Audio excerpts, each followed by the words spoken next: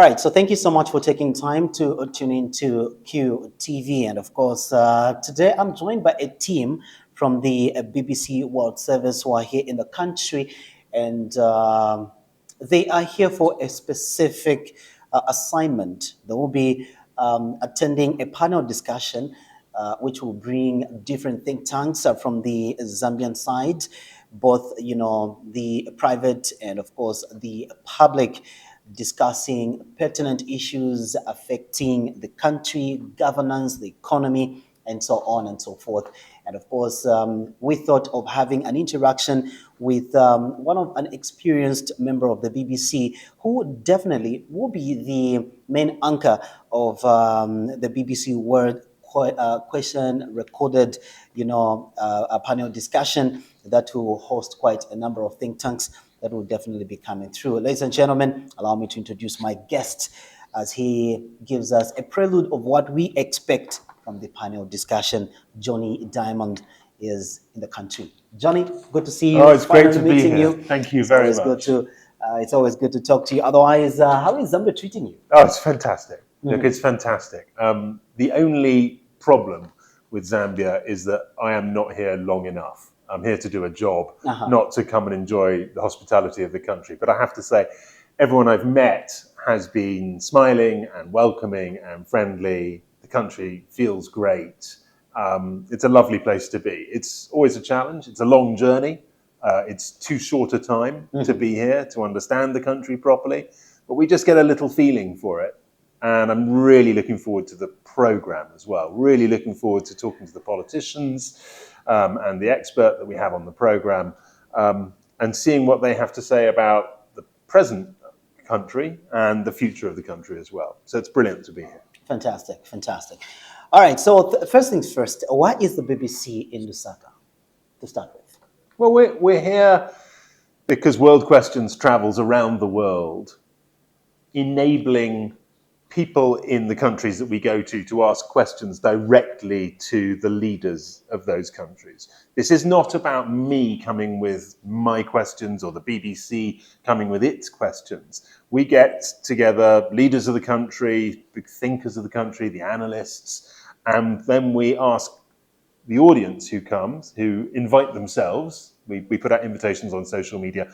They then come and they ask the questions directly to the politicians and to the analysts and thinkers that we have. And we're very lucky that very often the government in whichever country we go to puts up someone, and it's the Minister of Communications who's coming, who will face the questions alongside members of the opposition, who will face the questions from the audience. And we don't know what the questions are going to be, and that's always the excitement of coming to the country. Sometimes we think, oh, we'll get questions on this topic and this topic. Very often it never even happens and we get a completely different set of questions. But the point is to allow the audience to speak directly to the leaders of the country, and also for the audience to let those leaders know what their opinions are as well. Interesting. Tell us about this initiative, this program that will be recorded. What will be the focal point of the program itself? It's always about the audience and their interaction, their discussion with the panel. A panel of 4 people, 3 politicians and a former head of the Law Association here, taking questions on any topics that the audience wants to talk about. And we're very proud of that.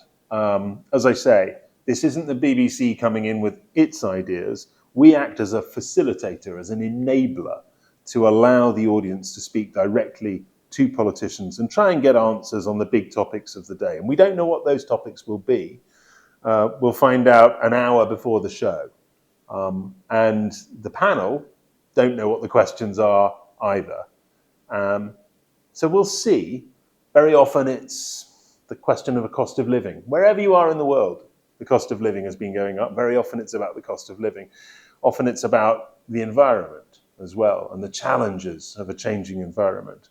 Quite often it's about corruption, about education, about topics that people care about in their everyday lives. This is not an elite discussion.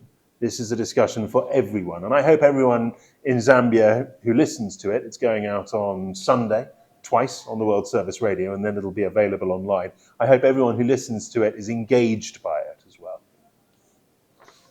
What is the interest? Why is this program of importance to the panel, to the audience, to the people, especially the people in Zambia? Well, I hope it's an opportunity for both the audience to speak about their concerns, but also to directly hold politicians to account. Now, obviously, there are many mechanisms of accountability, and the primary one of those will be Parliament and the courts. But the media, both the local media and also international media like us, are another mechanism of accountability. We're lucky enough at the BBC to have the resources to come and do this kind of program and try and bring those two groups together, the audience, ordinary people, and the panel.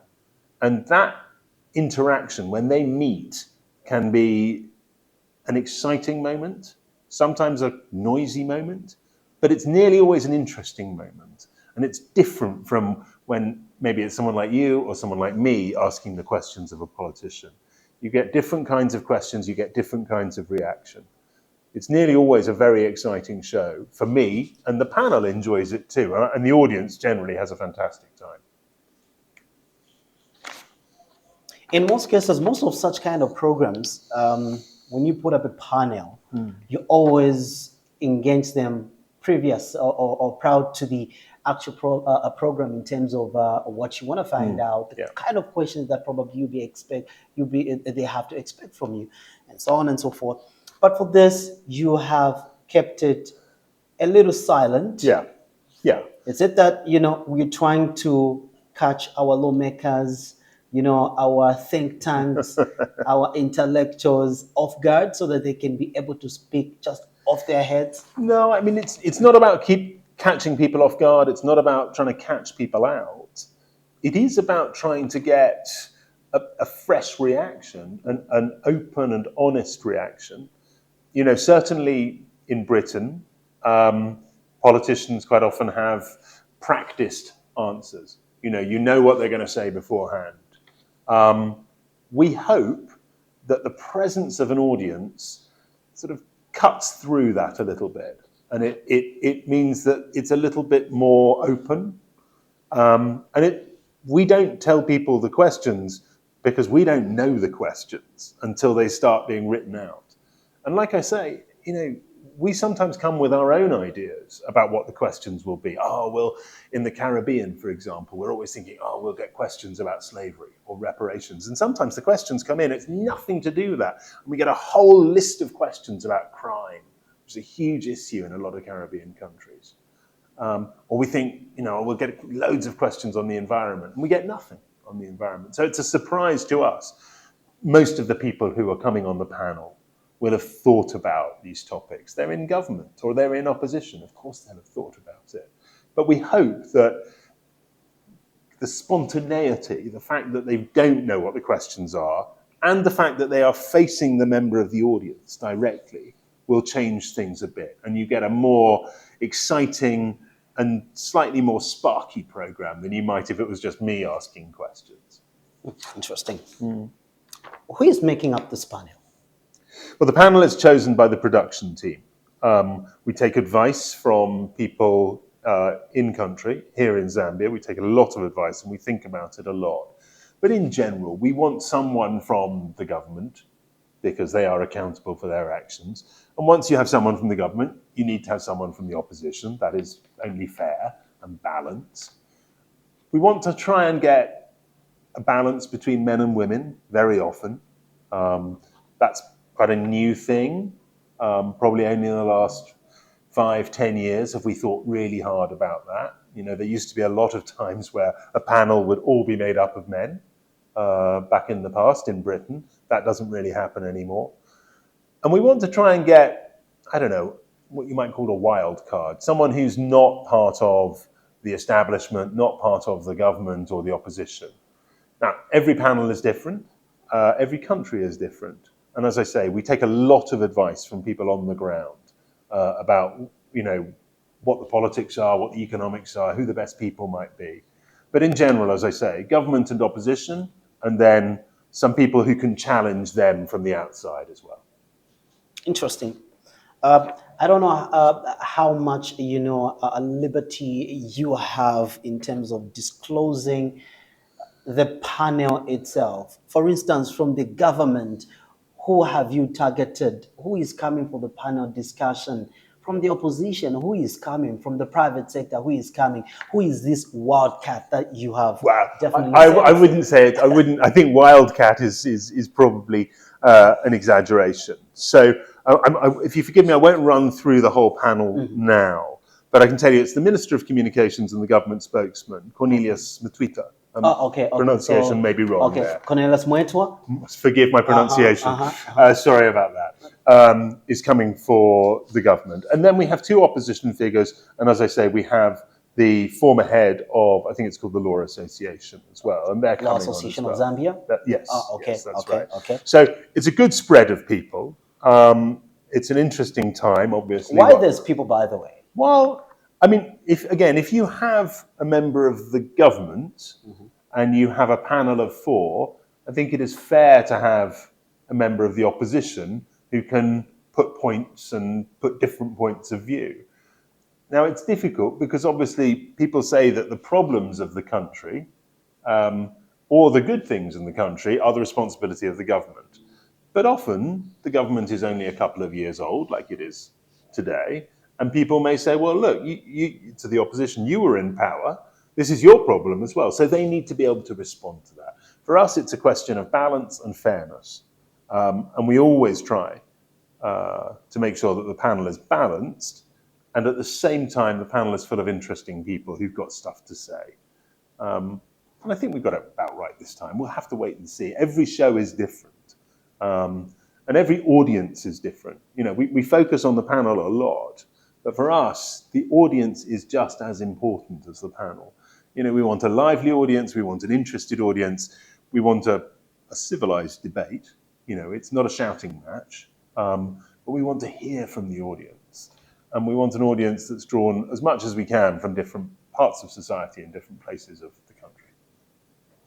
All right, so to those who are just joining us, I'm talking to a BBC World Service veteran presenter, Jonny Dymond, who is in the country to conduct a panel discussion that will have government representation, the opposition representation, the private sector representation, and also representation from the Law Association of Zambia.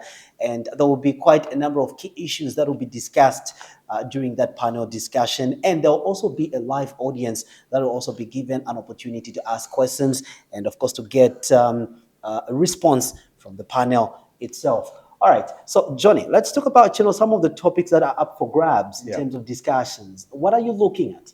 Well, like I've said, the discussion topics are the business of the audience. It's not up to us to decide them.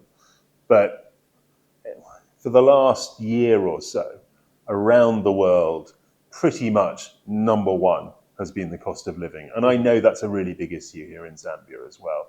I know the price of meal is a really big issue for a lot of people. And of course, in poorer countries, you find that the people spend a much larger proportion of their income on the basics of life. So I'd be very surprised if the cost of living did not come up. And then you have a range of things. I mean, crime often comes up. The environment often comes up. And then you have stuff that you just never expect.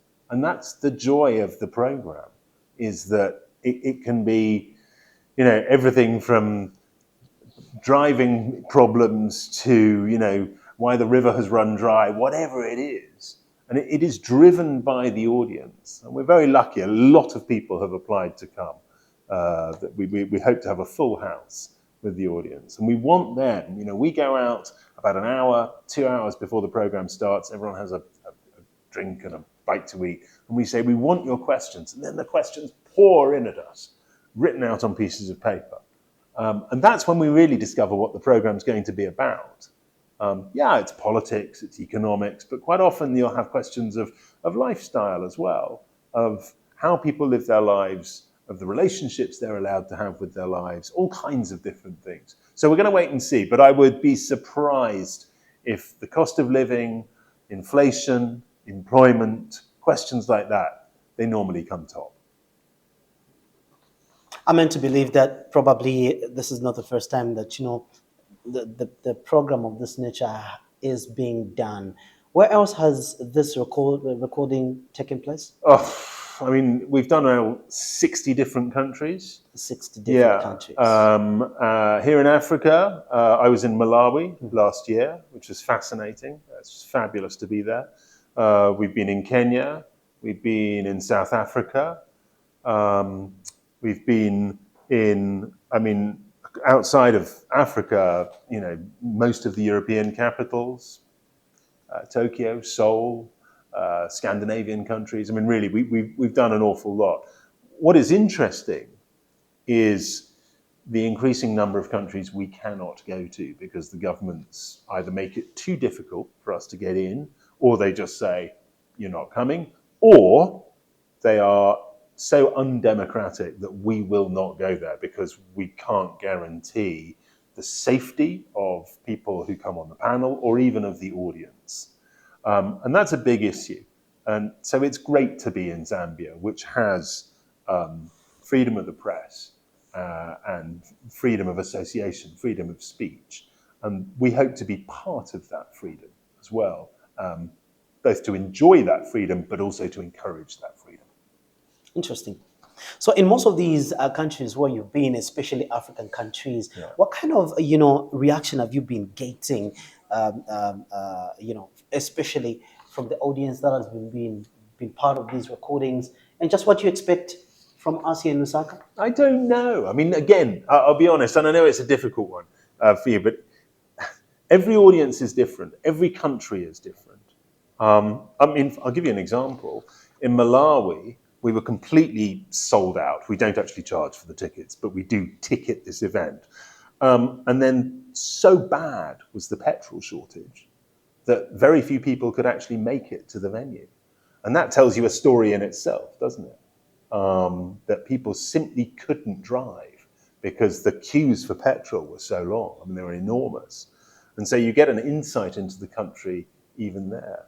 What, for me personally, as a journalist and as a former foreign correspondent as well, one of the great moments is when someone in the audience stands up and says, it's great you're here, it's great you've organised this debate. I want this debate to happen with our domestic broadcasters as well. And that's a great moment for us. We're not here to teach anyone to do anything or to instruct anyone to do anything, but we hope that we're part of the system of democracy, of debate, of free speech, and freedom of association. Great. This is something that definitely everybody who is going to be part of the audience has to look forward to. It's an exciting moment. You have government, the opposition, you also have the private players definitely on one panel discussing different issues. So if I got you right, Jonny is not going to direct the conversation. The audience will direct the conversation through the questions they'll be asking. I'm not there to interview your politicians at all. I am there to moderate the discussion, to encourage the audience to put their questions, and sometimes, just sometimes, to guide the politicians back to the question that's been asked. Because sometimes politicians prefer to answer the questions they wish they'd been asked rather than the one they actually have been asked. But no, this is about the audience and the panel, and I'm just there to try and move things along a bit. Interesting. How long will this panel discussion be? It'll take about an hour and a quarter, and then we edit it so it comes down to around 50 minutes, 50 minutes. On the radio, which will be broadcast on Sunday at 4 in the afternoon and at 7 in the afternoon, and then it's available online. Oh, fantastic, fantastic. This is one of those few opportunities where you definitely get a huge opportunity of a lifetime. Just as we conclude on this one, just your final remarks to Zambia generally, what they need to expect and of course why they need to be there. Look, I mean, this is your country, and these are your politicians.